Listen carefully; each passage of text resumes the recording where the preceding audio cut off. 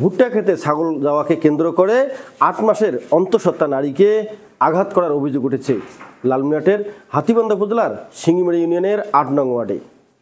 এমন ঘটনা ঘটেছে আজ সকাল ১০ ঘটিকায়। এই হাতীবান্ধা উপজেলার সিঙ্গিমারি ইউনিয়নের রবিউল ইসলাম নামে এক ব্যক্তি, তার বিরুদ্ধে হাতীবান্ধা থানায় একটি অভিযোগ করেছেন একই এলাকার আজিজুল ইসলাম নামে এক ব্যক্তি। অভিযোগ তার বিরুদ্ধে আজিজুল ইসলাম করেছেন।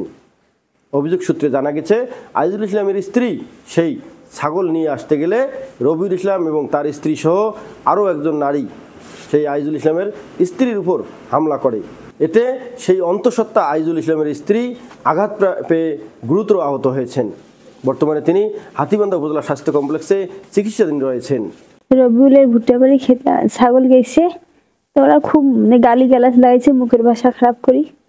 আমি যে কইলাম বলে মুখের ভাষা খারাপ না, আইনের কাজ করেন, ছাগল খড় দেন, এই কথা কইতে আমাকে ধরছে পাকা রাস্তায় দিয়ে। দুইজন আমার স্বামী স্ত্রী ধরে রাস্তায় আমাকে ধাঁধাইছে, চুল ধরে পেটে এবার লাথি দিচ্ছে।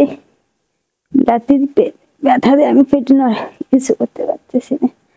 মাথার চুলগুলো যে টানি টানি আমার লাগে উপরি টুকরি শেষ করে দিচ্ছে। রবিউলের ভুট্টা খেতে আমাদের ছাগল গেছে, এখন ছাগল ধরে নিয়ে যায় সেই বকাবাকি শুরু করে দিয়েছে, অন্য মুখের ভাষা করে খারাপ করতেছে। এখন বাড়ি আমার যে রাস্তার যা কইছে যে ছাগল খাওয়ার দেন, নাহলে আইয়া মুখের ভাষা খারাপ করে না, আইনের কাজ করেন। এই জন্য চুল ধরে মারামারি এরকম করে ওই আমার যাকে লাথি দিছে পেটের মধ্যে, চুল ধরে আড়ানি করছে, আমার ছেলে মাসে হাত মস্কে গেছে। আমাদের বাড়ির পাশে রবিউল ভাইয়ের ভুট্টা ক্ষেত, সেখানে আমাদের ছাগল গিয়েছিল।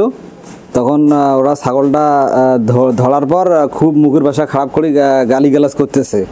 তখন আমার বউ আর আমার ভাতিজা যে বলছে যে মুখের ভাষা খারাপ করে গালিগালাজ করবেন না, তোমরা আইনের কাজ করেন, ছাগল খাওয়ার দেন। তখন এই কথাটা বলার সাথে সাথে রবিউল আর বউ, আমার স্বামী স্ত্রী দুইজনে, আমার বউ গর্ভবতী বউটাক তারা ধরিয়ে লাথি দিছি, চুল ধরে টানাটানি করছি, এখন পেটত লাথি মারছি।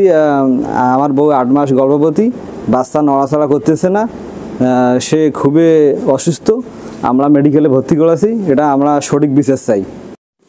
এই বিষয়ে অভিযুক্ত রবিউলের কোনো বক্তব্য পাওয়া না গেলেও সেই অন্তঃসত্ত্বা নারী, বিশেষ করে সেই আজিজুল ইসলামের স্ত্রী যাকে আঘাত করা হয়েছে, তিনি দাবি করেছেন এর সুষ্ঠু বিচার হোক এবং আইনগত ন্যায় বিচার যেন তিনি পায়, এমনটাই দাবি অন্তঃসত্ত্বা নারীর। M A Rahim, news channel 24, Lalmonirhat.